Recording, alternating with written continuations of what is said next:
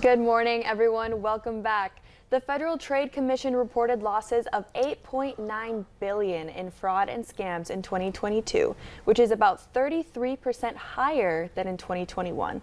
Tony Waltz from Capital Credit Union is here to tell us about the most common types of scams and how you can protect yourself. Good morning. Good morning. Thanks for having me back. Of course. Well, looking at those statistics, this is a very pertinent issue. Yeah, and it seems to be more and more relevant as time goes on.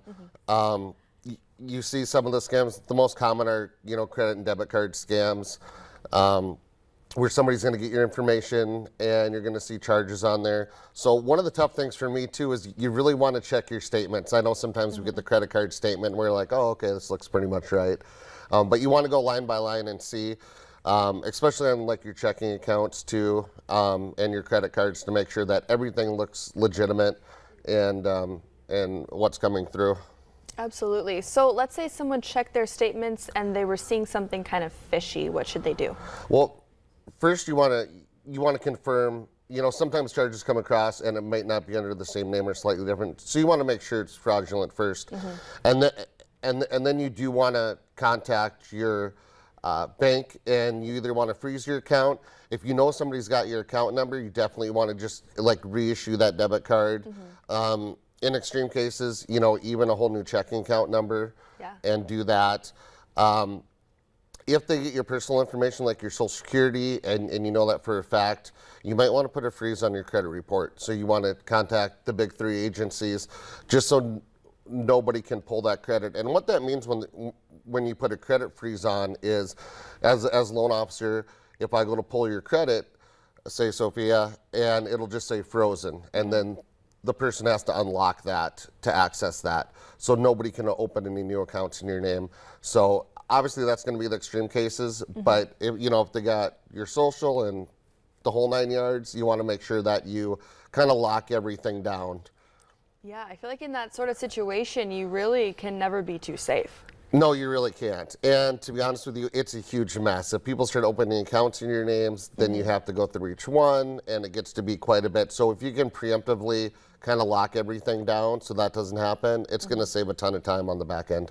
Absolutely. So we got a little bit into credit and debit card scams. What other scams are out there? Oh, there's a million. Yeah. I think we all see that. Sometimes you get threatening messages via text or even a phone call. A lot of the common ones are, you get a call, hey, this is the sheriff's department, we're going to arrest you if you don't send us some money, or this is the IRS. The IRS is never going to call you. They're going to send a letter. What I typically recommend is if you don't know the number, this is just me personally, if you don't know the number, you can go to voicemail and you can call them back.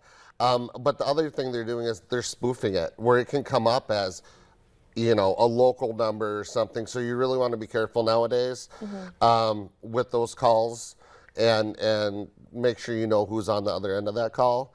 And then we also see that in like text messaging too. You see that a lot. You just said off air that that you had kind of a creepy one where they had your info. Sometimes there'll be fake ones. Hey, can you confirm this is yours? We need your password or something to confirm this is your purchase.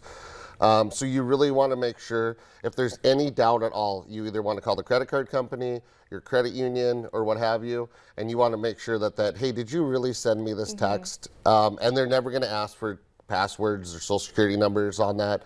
So you really, really want to be careful nowadays. It's almost off the chart, the amount of scams.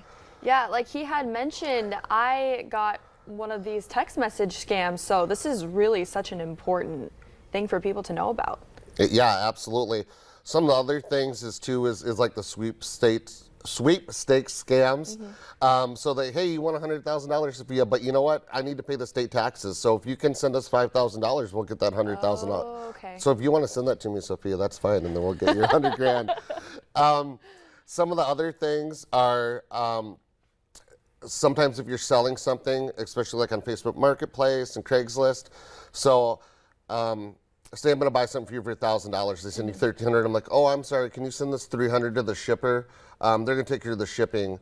And then you send it there, and then they get the $300, and then my check to you bounces, and now you're out everything. Wow. So you really want to be careful on that. Again, the sweepstakes scams, the when you're selling things, you want to be very careful on that too. Definitely. So if anyone has any questions, how can they get a hold of you? They can contact Capital Credit Union, capsu.org, and they can reach out. They can apply online for auto loans, car loans, home loans, you name it. Awesome. Well, thank you so much, Tony, for that information. That is definitely very crucial. Thanks. Of course. Coming up on today's show, there is a new multi-business market in downtown Fargo. We have all the details coming up after the break.